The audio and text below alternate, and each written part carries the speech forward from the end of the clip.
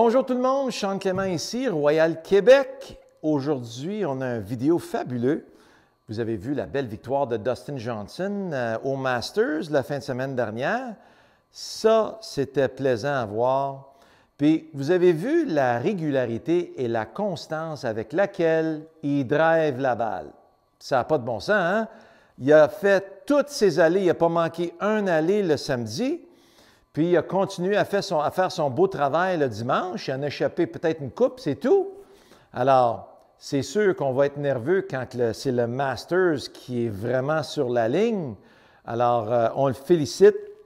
Maintenant, pour que vous puissiez avoir plus de régularité avec vos bois à vous et votre driver, bien, la grande majorité d'entre vous, vous n'avez jamais assez fermé la face de votre club. OK? Laissez-moi vous montrer une couple d'items ici qui sont bien importants. Item numéro 1. Oui, le beau-père de Dustin, c'est un beau joueur de hockey. Puis les bâtons de hockey, comme vous voyez, il y a une courbe dedans. Bien, ça, c'est pour que quand les mains vont devancer la rondelle, je peux prendre la rondelle d'ici, puis je peux envoyer ma rondelle vers la cible. Alors là, quand les mains avance, mais je ne perds pas la rondelle. La rondelle reste sur ma blade, puis je peux vraiment aller chercher mon énergie par là. Maintenant, deuxième item, les paniers de basque, hein? Le high-ally. Alors, regardez ça. Si je m'installe ici, regardez comment c'est courbé. Bien, c'est 90 degrés fermé, cette affaire-là.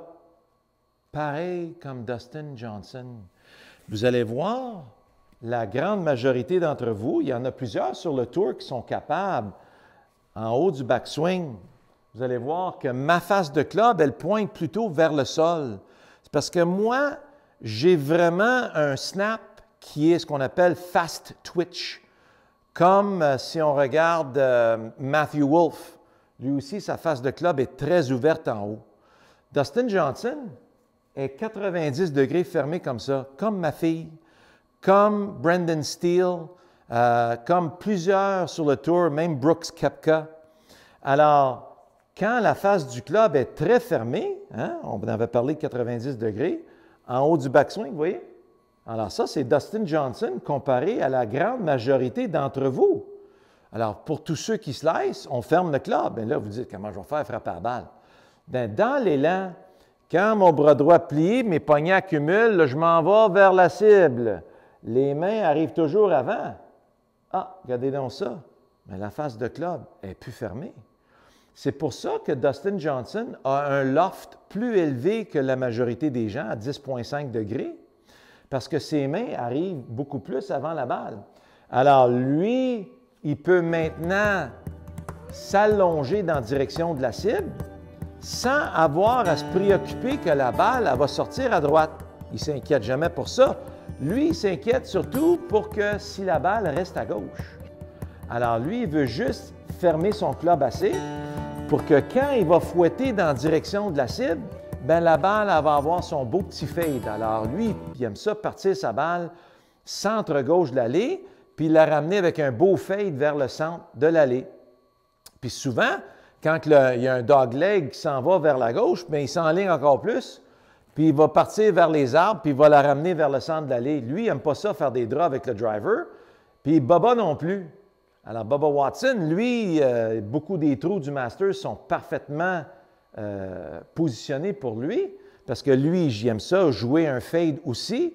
Si vous l'avez vu au 10, là, il a sorti un fade qui était très pénétrant, qui était très bas, pour que la balle descende en bas, puis il y avait un beau fer court ouvert à cause de ça. Alors, si je veux lancer une balle avec ça, bien, vous voyez que mon coude, il devance. Après ça, la main passe. Mais là, avec ce beau bec-là, bien, ça empêche la balle de tomber par en arrière. Puis là, quand je vais fouetter par là, bien, la balle, elle me suit.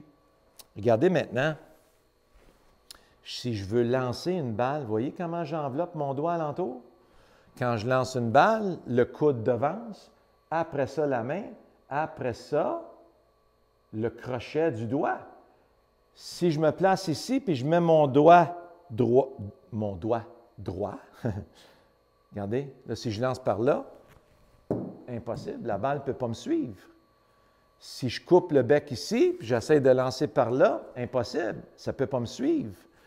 Puis, pour la vaste majorité d'entre vous qui pensez que votre club il est square, mais là, les mains vont être ici à l'impact. Oups là! Bien là, la balle ne peut pas suivre le mouvement. Alors, pour tous ceux qui ont tendance à slicer, puis vous ne voulez pas slicer, au lieu de fermer votre club, bien, il faut faire ça. Ou bien donc, faites comme Dustin, vous essayez de faire ça avec le poignet. Mais si vous n'avez pas fait ça depuis votre enfance, oubliez ça, ça ne marchera pas. Alors, en haut du backswing, quand il fait ça, bien, ça ferme son club.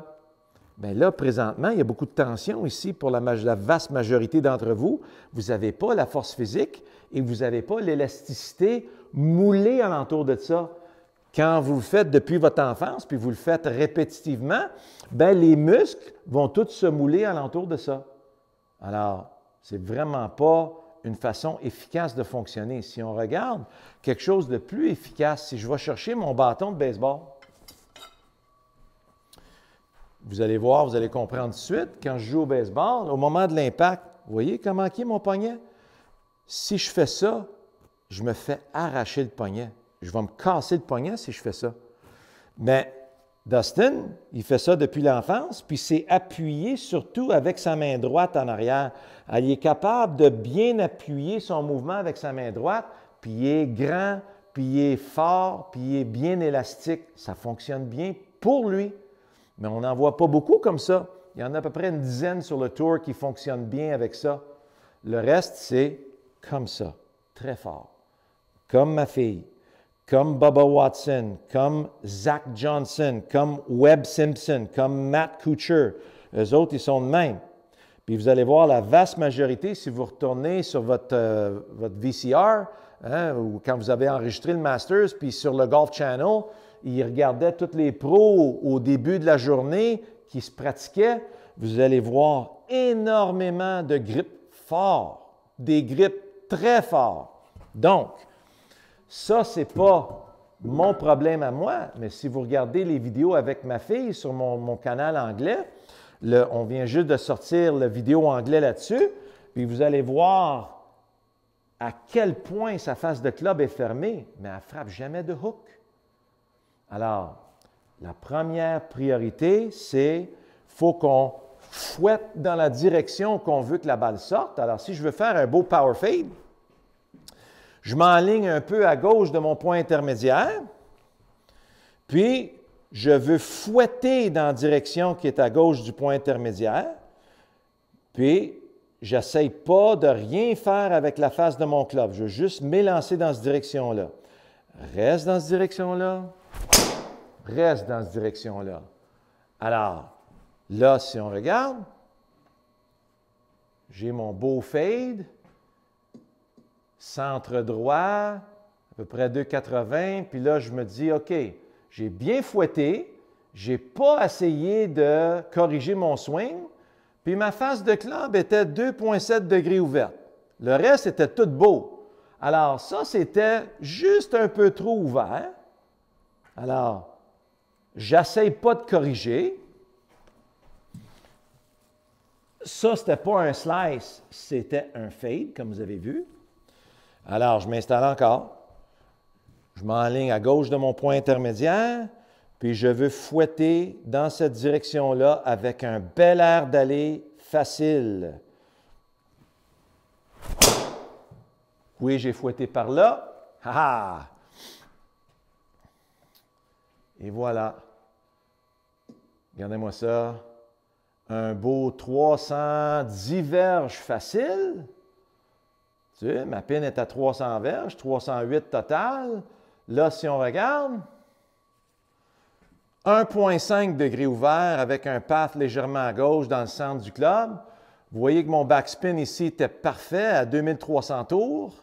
J'avais seulement 32 révolutions à droite. Ça, c'est un straight fade, comme on appelle. Puis, ma distance carry était 2,90, mon total 310. Pas pire pour un petit pépère de 55 ans. Alors, si on prend ça, puis on met la grandeur de Dustin Johnson, qui vient à peu près ici, avec les grands bras, puis avec cette force physique-là, bien, c'est là qu'il va chercher du 320 dans les airs.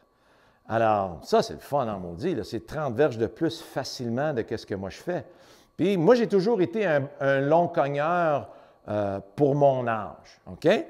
Alors, pourquoi? Parce que je me suis toujours pratiqué à fouetter mon club avec un bel air d'aller.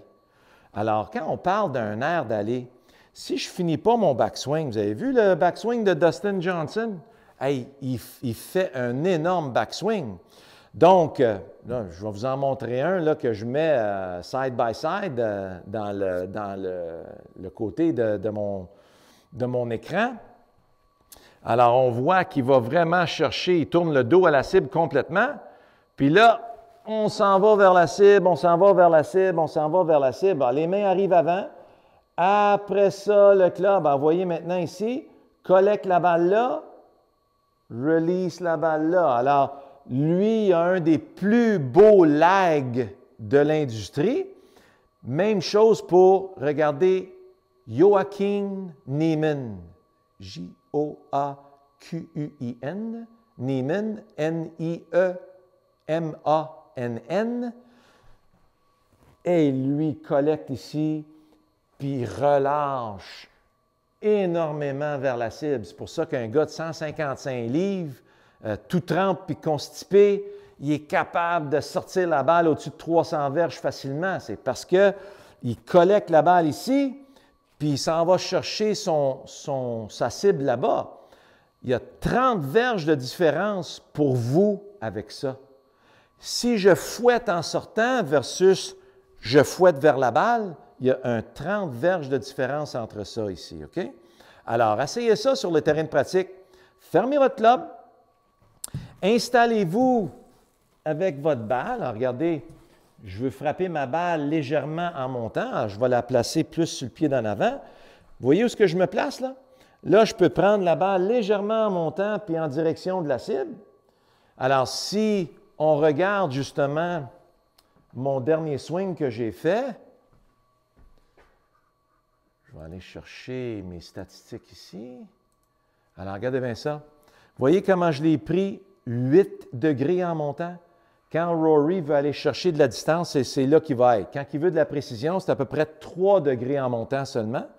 Moi, j'étais à 8 en montant. Vous voyez mon launch ici à 17 degrés. Puis, je la frappe dans le centre du club. Mais c'est pour ça que je m'en vais chercher 2,90 carry puis au-dessus de 300 verges. Parce que je m'en vais maximiser ma distance avec ma technique. OK? Ça va vous aider énormément. All right? Alors, j'espère que vous avez aimé ça. Puis, en vous souhaitant bonne pratique avec votre driver, à la prochaine.